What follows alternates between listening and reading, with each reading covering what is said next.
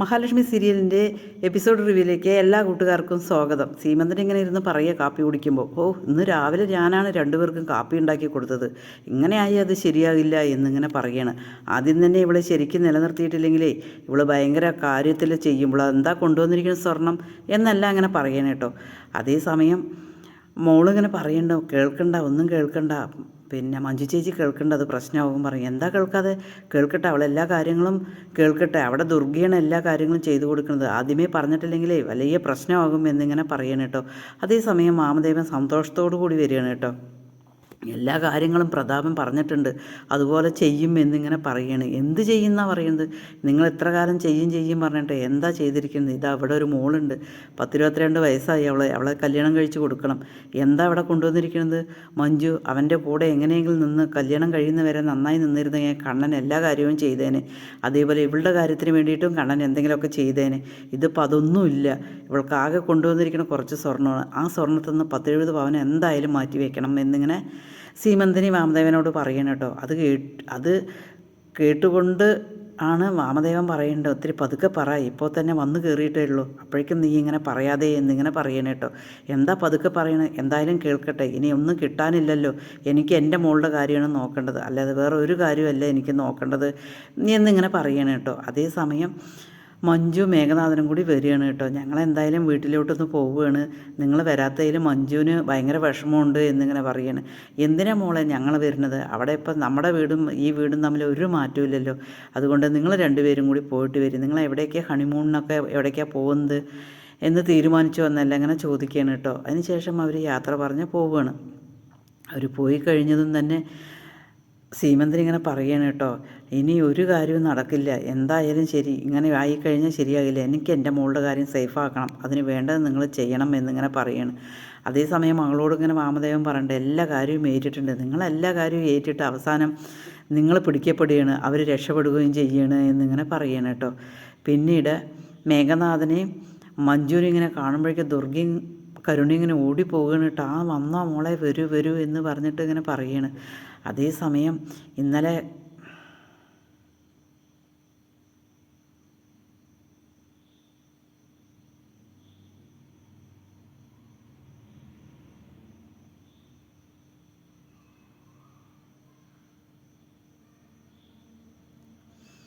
അവിടെ എത്തിയതും കരുണ ചോദിക്കുന്നുണ്ട്, നീ ഹണിമൂണൊക്കെ എവിടേക്കാണ് പോകുന്നത് മേഘേട്ടാ എന്നിങ്ങനെ ചോദിക്കും.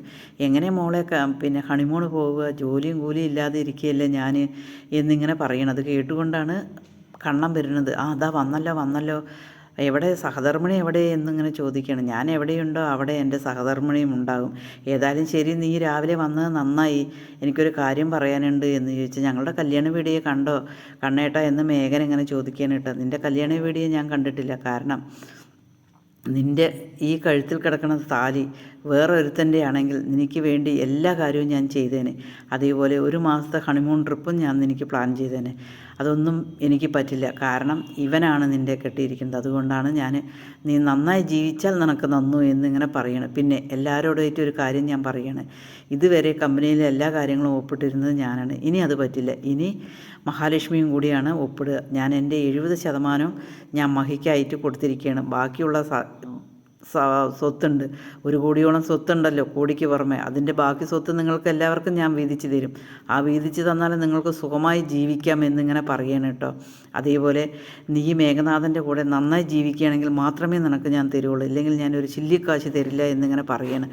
അത് കേൾക്കുമ്പോൾ കരുണയും ദുർഗയാകെ ഞെട്ടിപ്പോവുകയാണ് കേട്ടോ. മഞ്ജു ദുർഗ ചോദിക്കുക, എന്താടാ നീ ചെയ്യുന്നത്? നിനക്ക് എന്താ പറ്റിയത്? ഒരു പെണ്ണ് കൂടി കഴിഞ്ഞാൽ ഇത്രയ്ക്ക് മാറുമോ, നീ ഇത്രയ്ക്ക് അതപ്പതിക്കുമോ എന്നിങ്ങനെ ചോദിക്കുക. എനിക്ക് എന്താ പറ്റിയിരിക്കുന്നുള്ളത് എനിക്കറിയാം, നിങ്ങളാരും തിരുത്താൻ വരണ്ട, എൻ്റെ തീരുമാനത്തിന് ഒരു മാറ്റവുമില്ല, എൻ്റെ എല്ലാ സ്വത്തിൻ്റെയും 3/4 പങ്കും മഹിക്ക് മാത്രമാണ് എന്നിങ്ങനെ പറഞ്ഞിട്ട് കണ്ണ ഇങ്ങനെ പോവുകയാണ് കേട്ടോ. അതേസമയം കരുണ പറയും, നീ എല്ലാം എടുത്തൂലടി എന്ന് ചോദിക്കും. അതേ സമയത്ത് മഹാലക്ഷ്മി പറയണം, ഞാൻ എടുത്തതല്ല, എല്ലാം എനിക്ക് തന്നതാണ് എന്നിങ്ങനെ പറയണം. അതിനുശേഷം ദുർഗയും കരുണയും മഞ്ജും എല്ലാവരും കൂടി പറയണ്ട്, എന്തായാലും ശരി, ഇങ്ങനെ വിടില്ല, എന്തായാലും ഇവനെ ഒരു പണി കൊടുക്കണം എന്നിങ്ങനെ പറയണം. എന്ത് പണി കൊടുക്കണം? എന്ത് പണി കൊടുത്തിട്ടും ഒരു കാര്യമില്ലല്ലോ. നിങ്ങളവിടെ പണിയും കൊടുത്തിട്ടിരുന്നു. എന്തായാലും ഇനി ഞാൻ ഇവളുടെ അടിമയായിട്ട് ജീവിക്കണം. എന്തായാലും നമ്മളെ മോൻ അവിടെ ഒന്നും അറിയാതിരിക്കണ്ടല്ലോ, ഞാനൊന്ന് പോയി പറയട്ടെ എന്നിങ്ങനെ പറഞ്ഞ് കലിതുള്ളിയിട്ട് കരുണ മുകളിലേക്ക് പോവുകയാണ്. അത് കാണുമ്പോൾ ദുർഗ പറയണ്ടേ, ഇപ്പോൾ പിണങ്ങിപ്പോയിട്ട് ഇപ്പോൾ വന്നിട്ടേ ഉള്ളൂ, ഇനി ഇവള് പോകുമോ എന്തോ എന്നിങ്ങനെ ചോദിക്കുകയാണ്. അത് കേൾക്കുമ്പോൾ മേഘം പറയണ്ടേ, ഇവളല്ല പോണ്ടവൾ അമ്മേ, അവളാണ്. അവളെ നമുക്ക് എന്തായാലും ഇല്ലാതാക്കണം, അതില്ലാതെ ഒരു രക്ഷയുമില്ല എന്നിങ്ങനെ പറയണം കേട്ടോ.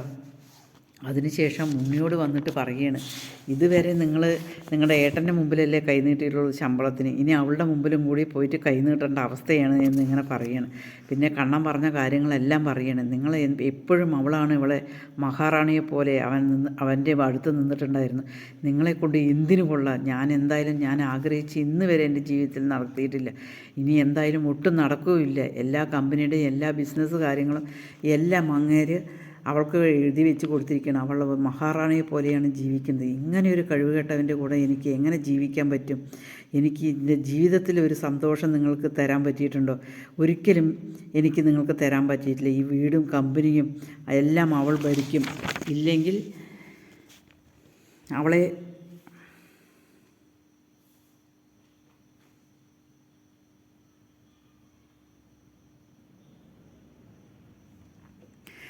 ഇനി അടിമയെപ്പോലെ ഞാൻ അവളുടെ കാൽച്ചുവട്ടിലിരിക്കണം.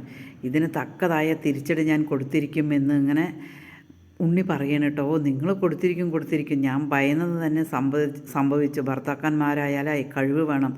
നിങ്ങൾക്ക് എന്നെ ഒന്ന് കൊന്നു തരാൻ പറ്റുമോ? ഇല്ലെങ്കിൽ ഞാൻ തന്നെ ഇറങ്ങിപ്പോകും. നിങ്ങളെ എൻ്റെ കൺമുമ്പിൽ കണ്ടുപോരുത്, നിങ്ങൾ എൻ്റെ മുൻപിൽ നിന്ന് ഇറങ്ങിപ്പോകണം എന്നിങ്ങനെ പറയണം കേട്ടോ. ഞാൻ എൻ്റെ വീട്ടിലേക്ക് പോകും, നിങ്ങൾ എവിടേക്ക് പോകും? നിങ്ങളൊന്ന് ഇറങ്ങിപ്പോകൂ എന്ന് പറഞ്ഞിട്ട് കരുണ ഒരു ഭ്രാന്തിയെ പോലെ ഇങ്ങനെ എന്ത് ചെയ്യണമെന്ന് അറിയാതെ ഇങ്ങനെ നിൽക്കുകയാണ് കേട്ടോ. തലയണി എടുത്ത് എറിയും, പുതപ്പെടുത്ത് എറിയും, എല്ലാം ചെയ്യണം. കരുണയ്ക്ക് ആകെ സമനില തെറ്റിയ പോലെയാണ് കേട്ടോ. അതിനുശേഷം വാമദേവനും മേഘനാഥനും പ്രതാപനും കൂടി കണ്ടുമുട്ടുകയാണ് കേട്ടോ. കരുണമോൾ ഇങ്ങനെ എന്നോട് ഇങ്ങനെ പറഞ്ഞപ്പോഴേ എനിക്ക് എന്ത് ചെയ്യണമെന്ന് അറിയില്ല. എൻ്റെ മോൾക്ക് അവിടെ സന്തോഷമായി ജീവിക്കണം, അതിനുള്ള ഒരു തടസ്സം ആരാണെങ്കിലും ഞാനിനി അത് ഇല്ലാതാക്കും എന്ന് ഇതുവരെ പ്ലാൻ ചെയ്തല്ലോ. എന്തായാലും ശരി, അതുപോലെയൊന്നും നടന്നില്ല. പക്ഷേ ഇനി അങ്ങനെയല്ല. ആ ലോറി എൻ്റെ ലോറിയാണെന്ന് അറിഞ്ഞിട്ട്, ശരി അത് പ്രതാപനങ്ങളുടെ ലോറിയാണെന്ന് അറിഞ്ഞിട്ട് എങ്ങനെയൊക്കെയാണ് മഹാലക്ഷ്മിയുടെ കരുണയും കൊണ്ടാണ് ഞാൻ അതിൽ നിന്ന് പിന്മാറിയത്. എടാ, ഇനി അങ്ങനെ ഒരു അവസരം ഉണ്ടാകില്ല. ഞാൻ വേറെ ലോറി ഉണ്ടാക്കി വേറെ ആൾക്കാരോട് പറഞ്ഞ് ഞാൻ ഒരു തെതുമില്ലാതെ ഞാൻ അവളെ ഇല്ലാതാക്കും. എങ്കിൽ മാത്രമേ നമ്മുടെ കുഞ്ഞുങ്ങൾക്ക് അവിടെ ജീവിക്കാൻ പറ്റുള്ളൂ. അതുകൊണ്ട് ഇനി എൻ്റെ കല്യാണം കഴിഞ്ഞല്ലോ, അതുകൊണ്ട് ഞാനും വരാം എന്ന് പറയും. വേണ്ട, നീ ഒന്നും വരണ്ട, ഇതിലാരും വരണ്ട, ഞാൻ ഒറ്റയ്ക്ക് തന്നെ ചെയ്യും. കാരണം എൻ്റെ മോൾ അവിടെ ഒന്നുമില്ലാത്ത അവളെ പോലെയായി. അവളവിടെ വെറും പാദസേവ, മറ്റവളുടെ പാദസേവ ചെയ്യേണ്ടി വരും. എനിക്കത് സഹിക്കാൻ കഴിയില്ല. ഞാൻ എൻ്റെ മോൾക്ക് വേണ്ടി മാത്രമാണ് ജീവിക്കുന്നത്. ഞാൻ അവളെ കൊല്ലും, അവനെ കൊല്ലും. ഞാനതിനെ കൊന്നിട്ട് ഞാൻ ജയിലിൽ പോകും എന്നിങ്ങനെ പറയാണ്. കണ്ണനെല്ലാം കൽപ്പിച്ചിട്ടാണ്. കണ്ണനില്ലെങ്കിൽ കൂടി കണ്ണൻ്റെ അവകാശങ്ങളെല്ലാം മഹാലക്ഷ്മിക്ക് എഴുതി വയ്ക്കുകയാണ്. അതുകൊണ്ടാണ് ഇതിനെല്ലാം തുനിഞ്ഞിരിക്കുന്നത് എന്ന് പറയുന്നത്. എന്തായാലും ശരി, നിങ്ങളാരും ഇതിൽ ഇടപെടണ്ട, ഇതിൽ ഞാൻ ഒറ്റയ്ക്ക് തന്നെ ചെയ്യും എന്നിങ്ങനെ പ്രതാപൻ അവരോട് വാക്ക് കൊടുത്തതിന് ശേഷം പോവുകയാണ് കേട്ടോ. പ്രതാപൻ പോകുന്നത് കാണുമ്പോൾ വാമദേവൻ മോനോട് പറയുകയാണ്, എടാ മോനെ, അവനെ ഏതായാലും ഒറ്റയ്ക്ക് ചെയ്യട്ടെ, അവനെല്ലാ കാര്യവും ചെയ്തിട്ട് ജയിലിലേക്ക് പോകട്ടെ, ബാക്കി കാര്യങ്ങളെല്ലാം നമുക്ക് ചെയ്യാമെന്നിങ്ങനെ പറയാണ്. അച്ഛൻ കരുതും പോലെയല്ല കാര്യങ്ങളുടെ കിടപ്പുകളൊന്നും.